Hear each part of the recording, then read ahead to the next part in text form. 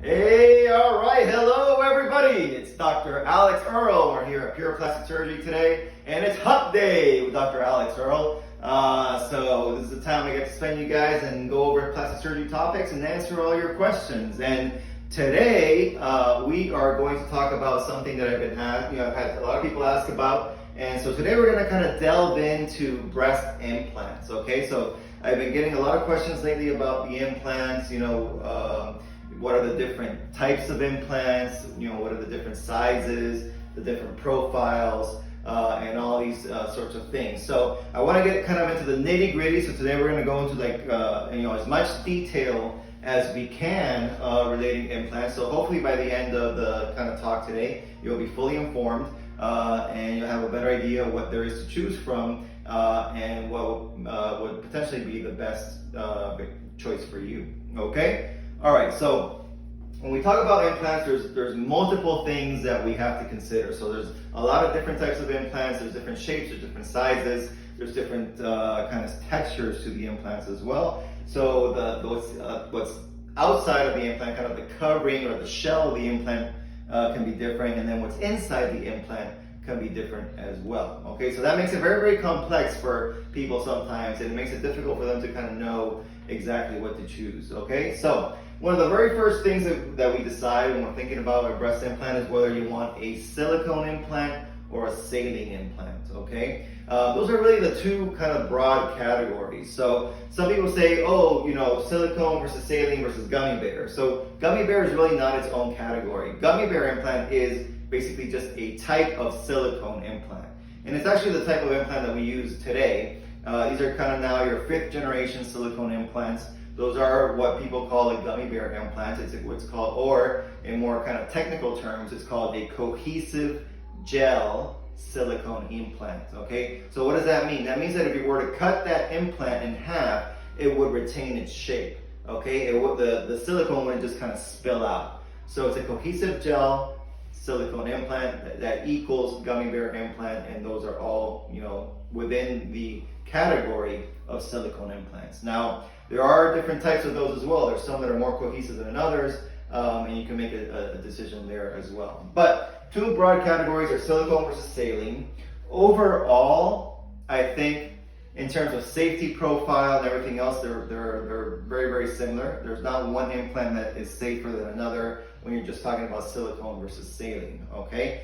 But I think that the look and feel of the implant is different. So in general, I believe that a silicone implant has a much more natural look and feel than a saline implant, okay? And there's also less risk of what's called rippling with a silicone implant. So what is rippling? Rippling is when you kind of see like these little ripples on the breast after a breast augmentation, say, especially in people that have a thin skin, and because you can basically kind of see the implant through the skin. Okay? I mean, you're not seeing it through it, but you can see the indentations of the implant on the skin. That's called rippling, and that's more pronounced typically with a saline implant as opposed to the silicone implant. Okay, so in my view, in terms of safety, they're very, very similar. Safety profiles are similar. I think the saline implants have a bit more incidence of rippling, and I think the saline implants don't feel and look as natural. So in general, I recommend the silicone implants, which nowadays are the gummy bear type silicone implants. Now, these implants, so the brand that I use is Natrel, okay, which is a US brand, FDA approved. And these implants now have a lifetime warranty by the company. So what does that mean? It means that you no longer have to specifically switch your implants out every, say, 10 or 15 years, okay? That is no longer the case. These implants are built to last, and if it's been 10, 15 years down the road and you're doing well and everything looks good and there are absolutely no issues, there's absolutely no need to change that implant, okay? So we don't have to do this anymore about having to change implants every so often, as long as everything is going well. The other advantages to silicone implant versus saline is the type of warranties that the company provides, okay? And this is the same for Natrel, as Mentor, or any big implant company. So if you have a problem with your silicone implant, like I said, it's a lifetime warranty. They'll cover it for rupture, which is when an implant breaks. for the life of that implant. They'll also cover it for capsular contracture to a certain time period. I don't recall exactly what it was. It might be a year, it might be 2 years, but there'll be coverage for that as well. All of those warranties are not there. They're not there for the saline implants, okay? So the companies have a lot, more warranties and benefits for the silicone implant versus the saline implant, okay? All right, so that's choice number one. Okay, once you choose kind of the type of implant, like I said, my preference is silicone implant. You used to have a choice between a smooth and a textured implant, okay? I say you used to have a choice because I don't use textured implants. So with me, you don't really have a choice. I haven't used textured implants for many, many years, and it's a good thing because there is basically a condition there. It's pretty rare, but it's only been associated with textured implants, and that's what is called breast implant associated ALCL, okay, which is a type of lymphoma, okay? It's very, very rare, but it's been associated with textured implants, okay? So, it has only been associated with textured implants. It has not been associated with smooth implants. So, any of those issues that you see with the breast implant associated ALCL and any recalls that you have seen regarding implants all have to do with textured implants, okay? So when you talk about these types of things, you have to be very specific. You have to read the literature, or at least know about the literature, or ask the questions. But you have to know, what it is that's going on and what it is that has been correlated to it. And all the major studies have shown that it's with the textured implants, and therefore I believe that we shouldn't use textured implant anymore. No matter what company, who it comes from, or where it's coming from. So if you're having surgery with me, as you can see right now, we're going to be going with a silicone implant that's a smooth implant. Okay, those are generally the preferences there. Once you do that, then you can then the next kind of decision is whether you want a round implant versus a teardrop implant. Well, nowadays that decision is kind of easy as well, because the teardrop implants tended to be textured implants. And we already said we're not doing textured implants. So if we can't do textured implants, then we're not doing teardrop implants, okay? Now, that's the reasoning right now, but honestly, I always preferred a round implant as opposed to a textured implant, and I'll show you a few reasons why. So when you have that teardrop implant, so it has more fullness in the bottom, less fullness on top. It tends to have a highly cohesive gel, so it feels harder than say your regular kind of smooth round gummy bear silicone implant. So that's one reason why I didn't have a preference for it. It kind of just felt a bit too hard.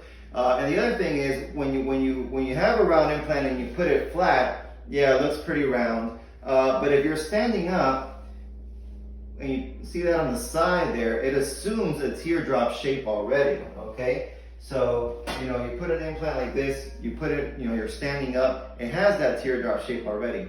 But the great thing is that if the implant were to flip this way, it still has the same shape. It has the same shape if it turns around inside the pocket, as opposed to a true teardrop implant, which is shaped that way. If for some reason that implant flipped, then you would have like an inverted breast, and it would look very, very funny. And then you have to go back and have surgery to fix it, okay? As opposed to the round implant, which can twist around like this, and you'll always preserve that shape, and it's already a little bit of a teardrop as you're standing, okay? So I don't use textured implants, I don't use teardrop implants, okay? All right, so we've kind of narrowed things down now. So we're going with a smooth silicone round implant, okay? And the next choice is what type of profile do you want, okay? So there's multiple profiles. These are the most common. There's actually also low profiles, which we rarely use, to be honest. So the ones that we most commonly use are moderate, full, and extra full profiles. Now, the most common profile in the US overall is probably a moderate profile. But these are also very, very common, especially in places like here, like in Miami. We go for like more of that upper pole fullness, so full profiles and extra full profiles are more common down here. What does the profile mean? The profile means how high the implant comes up. So this distance here, that's the profile. So this is a moderate profile implant versus this is an extra full profile implant. You see how one is a lot flatter than the other? So this one's much more flat, this one is much more coned shape, okay, much taller. So extra full profile, moderate profile. And I'm not sure if you can see that here, but so all these implants, believe it or not, have the same volume. So they're all about 340 cc's, but they're different profiles. And so the different profiles makes them a different shape. So you can see this implant on this side here is a moderate profile. So the volume is similar, it's 340 cc's, but the height of it here is not, is moderate, so it's not as high. And the base, if I put this kind of more this way, whoop, it's gonna slip out, but you can see that the base here is wider, okay? So it has a wider base, so it's wider this way and not as high in that direction. Now here we have the full profile, also about 340 cc's, but the base is a little bit narrower and it's a little bit taller, okay, a little bit more projection. And then finally here, we have the extra full profile, and you can see that the base is narrower still, okay, and the projection is higher, okay? So that's, when you're talking about profile, you're talking about two things. You're talking about the base width and the projection, okay? So moderate profile has a higher base width, less projection. Full profile, medium base width, higher projection. And the extra full profile has the smallest base width and the highest projection. More cone shape there, okay? All right, so what does that mean in terms of the look that you're gonna get, okay?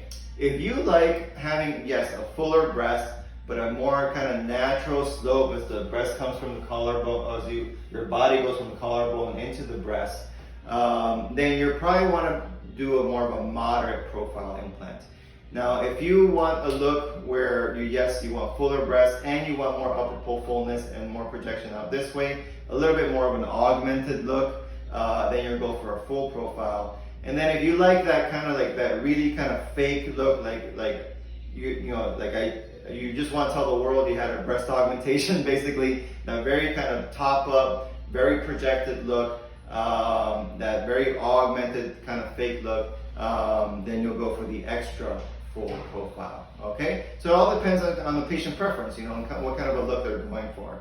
All right, so more natural look would be moderate, a little bit of a fuller look would be the full, and the kind of the more augmented, kind of more fake look would be the extra full profile. Okay? And what if you're looking for more cleavage? I see some people who have a space between their breast implant and some have really nice cleavage. Yeah, so let me talk about that. I'll get back to you for that question for sure. But let me just finish this thought here real quick, and then we can talk about that. So once you choose the profile, then the next step is choosing the size, okay? And in order to choose the size, I have to take multiple measurements. So I typically can't choose an implant just by kind of looking at your photos or doing a video conference.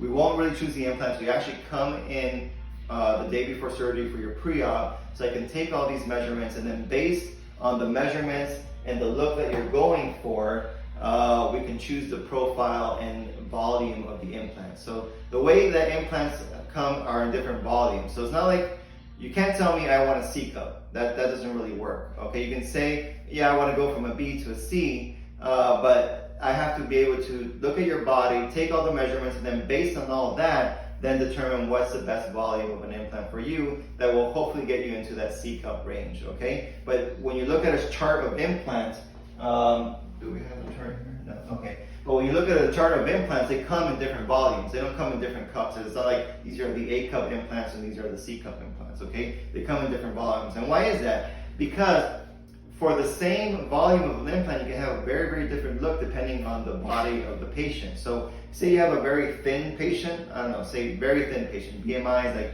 19, okay? And I put in a 400 cc implant in that patient, they're gonna look huge. And then when they try a bra on, they're gonna be like a double D perhaps, okay? But then you have a patient, say, who's a bit higher BMI, say higher BMI of 28, who's got a broader back, okay? And you put in the very exact same 400 cc implant, they're not going to look that huge. They're going to look like just, perhaps quite a bit more natural. And their cup might not go into the double D range, but maybe be like in the C range, okay? So the volume of implant does not translate into a cup size. That depends on many, many factors, okay? So how do we choose that size? We choose it based on your desires and your measurements. So say you come in, one of the most important measurements is that base width that I talked about. So if the width from basically your sternum to the side, so it's called the footprint of the breast,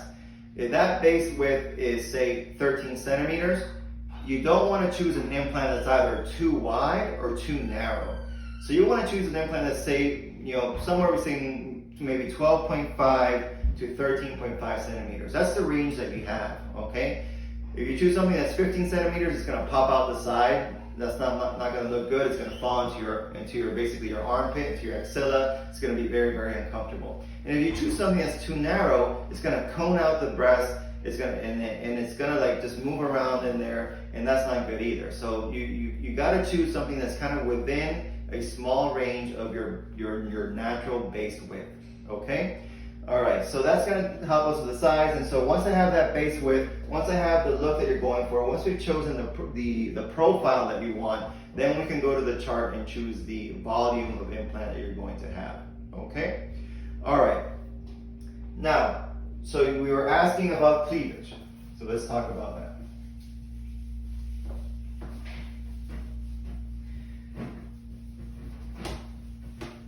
All right, so the issue is, there's some breasts that are very, very close together, and then there's some breasts that have this kind of like space in between, right? Okay, and people are asking, well, why does that happen? Is that something the surgeon did or didn't do or everything else? Well, to a certain extent, it's actually really all about your anatomy. So for the most part, we're placing these implants beneath your pectoralis muscle, okay? So underneath the breast, you have your breastplate, okay, which is called the sternum, okay, and then you have this muscle, okay, that comes in, which is your pectoralis major muscle, okay, and we place an implant beneath that pectoralis major muscle, and whether you're doing full muscle coverage or dual plane like I do, it's still going to be partially, it's still going to be underneath that muscle, okay, and so how far you can bring things in depends on the width of the patient's sternum and where on that sternum that muscle inserts, okay? So, if you have someone with a very narrow sternum and the muscle's inserting right there, then the breasts are going to be close together. You can get more of that cleavage. If you have someone with a wide sternum and the muscle inserts, say, kind of towards the middle of the sternum, they're going to have a little bit more cleavage. And then if you have someone with a wide sternum and the muscle inserts all the way out here, then you're going to have more of a space in between the breasts, okay? So a lot of it has to do with your anatomy in that area of your body. And so you might say, well, why not just release that and bring it in? Well, that can become a problem, okay? That's when you can develop something called a synmastia. A synmastia is when basically a breast implant moves too far towards the center, can basically move from one side to the other, or almost move from one side to the other, or that skin in between gets really kind of poofed out. You really want to avoid a synmastia. The synmastia happens, it's kind of it can be fixed, but it's a difficult problem to fix. It's not an easy fix, and you don't want to be going back to try to fix a synmastia. So some of the reasons why we put the implant underneath the muscle and we don't disinsert these fibers here is because we don't want to have a synmastia, which is a problem, okay? So that's why you see all these different photos. It can be anywhere from just patients that you're seeing to Instagram models to supermodels, and you'll see the different, how some are close together, some are farther apart, and basically a lot of that has to do with just your very own anatomy. When can I expect my implants to fully drop and settle? So that's a great question. So it takes at least 3 months, okay? So at the beginning, the implants are going to look like they're way too high. They're going to be like kind of just beneath the clavicles there. They're going to feel and look too high, and they're going to feel tight. Okay, it's going to feel like a pressure in your chest, or some patients describe it as like an elephant stepping on your chest. Okay, and that's okay. It's normal. That's what happens at the very beginning. You just have to expect that. Okay, but then it takes at least 3 months for the implants to settle. At least 3 months. Okay, we get a lot of patients that get worried somewhere about 4 weeks or 6 weeks, and they're saying, you know, my implants haven't settled, what's going on, is there something wrong? And the answer is no, you're only halfway there, okay? It's gonna take a minimum of 3 months for them to settle. You just have to be patient, you have to allow that settlement process to happen. If you wanna help it along a little bit, you can do, you know, breast implant massage, and that can help a little bit. And then if we feel that for whatever reason, the process is going too slow, or the implant seems too high, sometimes you can also use a breast band. I don't use it routinely for everybody, but on occasion I'll say, you know, why don't we just try a breast band and help it along. That's basically a band that goes, you know, around you, and it's up here, and it kind of constantly pushes the implant down. And sometimes perhaps it can help a little bit as well. What if you have a patient that wants the teardrop? Nope. So they don't really make smooth teardrop implants, okay? So teardrop implants tend to be textured implants, and due to the risk of the breast implant associated ALCL, I would not recommend that. Do you recommend getting a breast reduction with an implant for fullness in the upper pole? Yeah, so I mean, we're talking today just strictly about the implants themselves, but implants are not just for breast augmentations, okay? That you can do a breast lift with an implant, you can do a breast reduction with an implant as well. But you have to, you know, consider that you're going to get less of a reduction if you're adding an implant, right? So when you reduce a breast, all breast reductions come with a lift. Let's just start there, okay? But when you reduce a breast, you're removing a certain amount of breast tissue, and therefore you're removing a certain amount of mass, okay? We tend to weigh that tissue. So say, for example, you're doing a fairly large reduction, we can reduce or remove 600 grams of breast tissue, okay? But then, say you want to add an implant for a little bit more upper pole fullness, so things look nicer in the upper pole. And say that implant is 300 cc's, okay? Well, 1 cc, which is, I know it's an estimate of volume, but in terms of what we're using, which is either saline or silicone, it's approximately the same as a gram in terms of mass, okay? So if we're removing 600 grams of breast tissue, and we're adding 300 cc's of implant, it's equivalent to adding 300 grams, which means that the total reduction will then only be 300 grams, right? So did everyone follow me there? So we remove 600 grams of breast tissue. However, we added 300 grams of implant, and therefore the total reduction of breast tissue will only be 300 grams, as opposed to if we never did the implant, then you have more of a breast reduction. So if you're having a lot of symptoms, you're very symptomatic, you have a lot of neck pain, back pain, neck strain, shoulder grooving, and the most important thing to you is to reduce that weight so you can feel better, then it's probably not such a good idea to add the implant, so you can get more of a reduction and more symptomatic relief. How long is an exchange of implant procedure? If we're doing just a straight exchange, and like a pretty simple straight exchange, that's a super quick procedure. It's like 20 minutes. Okay. Very, very quick. But most of the time, we're not doing just a straight exchange. Because, you know, either say if someone is downsizing, then it's tough to just exchange one big implant for a small implant and make the breast look good, because it's been stretched out from the bigger implant. It's been stretched out for so long. So when you're downsizing, you typically need to do a lift, or at the very least, you got to fix the pocket. You got to reduce the pocket size, because now you have a pocket, say, yay big, and if you just put a little implant in there and do nothing else, that implant is just going to be moving around in that big pocket. It's going to feel very, very weird. So you don't want to do that. So that's one for downsizing. If you're upsizing And if you're upsizing a significant amount, then sometimes you gotta open up that pocket. Okay, so you gotta open up the pocket so that it can then accommodate the larger implant. Another question in regards to exchange. My doctor put my implants over the muscle. Will I be able to get them under and change the implants to a bigger size? Oh, okay. So if you have implants over the muscle and you want to go to under the muscle, you can do that. But that second part of the question is the tough part. You typically can't go from over the muscle to under the muscle and a bigger size. Why is that? Because the muscle hasn't been stretched, right? Since you were over the muscle is in its normal anatomic location, and then you're trying to create a pocket beneath that muscle, but that pocket is a fresh new pocket. It hasn't been stretched out like the previous one. So it's difficult to go from over the muscle to under the muscle and bigger. Actually, what I would see more commonly is that people that have over the muscle typically have like a big implant, and they want to go from over the muscle to under the muscle and smaller, and that's certainly much easier to do. What if you don't want an implant, you just want to lift? So are you saying like if you have implants already?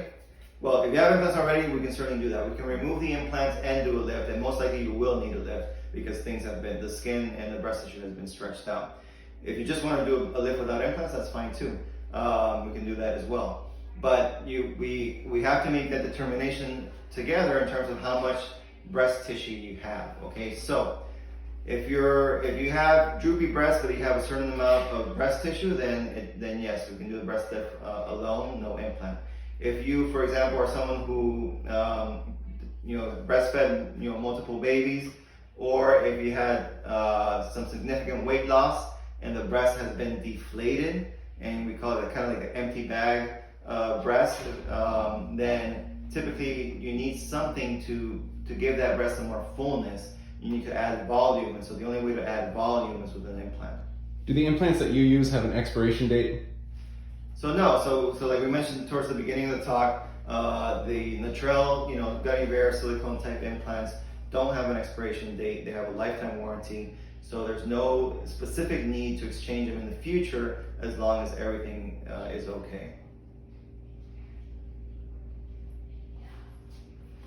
Right. How do you determine if I need a breast lift? Okay, so the key thing there is basically the nipple position as it relates to the inframammary fold. Okay, so if you're looking at breast from the side, and the nipple position is right here, right in front of the breast, and this is your inframammary fold, then you don't need a lift. Okay, if you look at the breast from the side, and then the nipple position is a little bit lower, but it's still closer to the inframammary fold, then that's called grade 1 ptosis, and for most of those patients you don't need a lift either. Okay, now if the nipple position is below the fold, okay, even though it's not the lowest part of the breast, that's a grade 2 ptosis, and those patients will need a lift. Okay, and certainly then the highest degree of ptosis is grade 3 ptosis. Okay, so that's no. This is 1, this is 2, this is 3.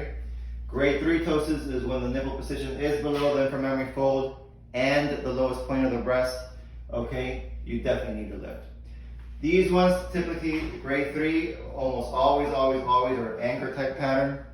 Grade 2 is going to be anchor versus a vertical or a lollipop type pattern. Grade 1 is either just a simple breast dog, no lift, versus typically a vertical or lollipop type pattern. And then 0 is obviously a breast dog there. Okay? Can you achieve upper pole fullness with just a lift? You can certainly improve the upper pole fullness with a lift, but it's going to be more of a natural upper pole. It's not going to be that kind of like very rounded out upper pole. So it's not going to be as kind of scooped in as if the breast looks, without the lift. So that's certainly going to improve, but it's going to be of a more natural contour from the clavicle into the breast if you're not using an implant. Can you make tuberous breasts look round with implants? You can. So that is a solution to a tuberous breast. So the way to fix a tuberous breast is to you got to do a few things, but one is you certainly need an implant. You want to use a wide, round, smooth implant, okay?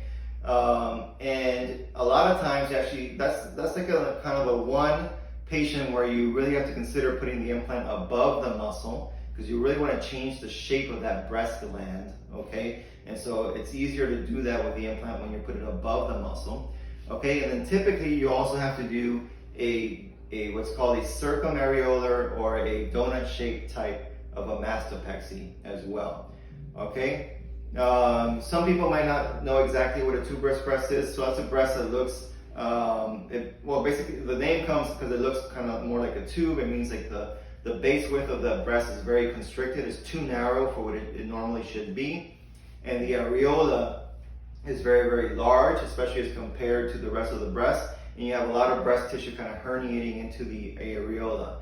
Okay, and that's what a tuberous breast is. And so in order to change all those things, you have to place a much rounder, wider implant. Typically you place it, subglandular or above the muscle. You do your circumareolar mastopexy to reduce that size of the areola and to flatten it out. And then on the inside, we do something called radial scoring. But what does that mean in layman's terms? It means that we have to make these kind of radial or vertical cuts all over the inside of the breast to allow it to open up around that implant and to assume the shape of the implant. We actually did one today. She turned out beautiful. Does the type of implant does it affect when getting a mammogram? No. So the type of implant isn't affected. Having implants should not affect it, especially nowadays. Mammographers should be very knowledgeable as to what they have to do if someone has an implant. They do have to do some special views, and they do have to make sure that they're careful. Okay, they can't squeeze that implant too hard and pop it. But most of them know about that. They know they have to be careful with the breast. They know that they may have to do some special views to really get a good shot of the gland. And if you go to like a well-recognized place, a place that really knows what they're doing, it should not be a problem at all. What kind of brand implant do you use, and why did you choose it as opposed to other brands? Yes, I mentioned before, so I use Earle. I think maybe you can see that there. Can you see that there? Mm-hmm. Okay, I use Earle. It's a U.S. brand. Why did I choose Earle? I think they're great implants. I really like the options that we have. I like their 5th generation gummy bear style round silicone implants. So I've had a great success with them, and that's why I use them. As the breasts settle, does it change the position of the nipple? It can, yeah. So at the beginning, because the implant is sitting high, okay, the nipple position might seem like it's low, especially in comparison to where the implant is sitting, okay?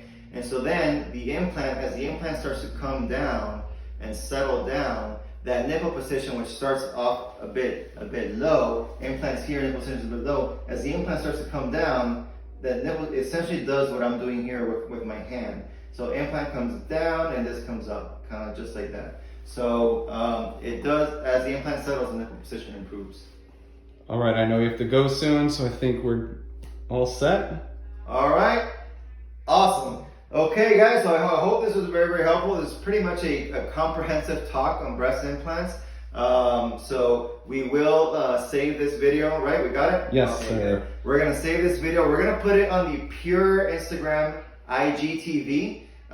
So if your friends or someone was able to see this live, just tell them to kind of stay tuned. Typically we'll get it on within the next day or so, or certainly before the weekend we'll have it on there, and then everyone can watch and be fully informed pretty much with almost everything there is to know about breast implants. All right. Okay guys, I got some exciting news. For next Wednesday, next hump day, we're gonna have Coraito come by and we're gonna talk about post-lipo and post-BBL massage, okay? Great. Actually, not only lipo and BBL, because we do massage she can do massage for tummy tucks as well. So we're gonna talk about lymphatic massage. We're going to touch on very different, all the different kind of subjects related to that as well. We're going to talk about fibrosis, how to prevent fibrosis, post-op care, and all these exciting things. So I hope to see all of you guys here on Hump Day with Dr. Alex Earle next week. See you then. Ciao.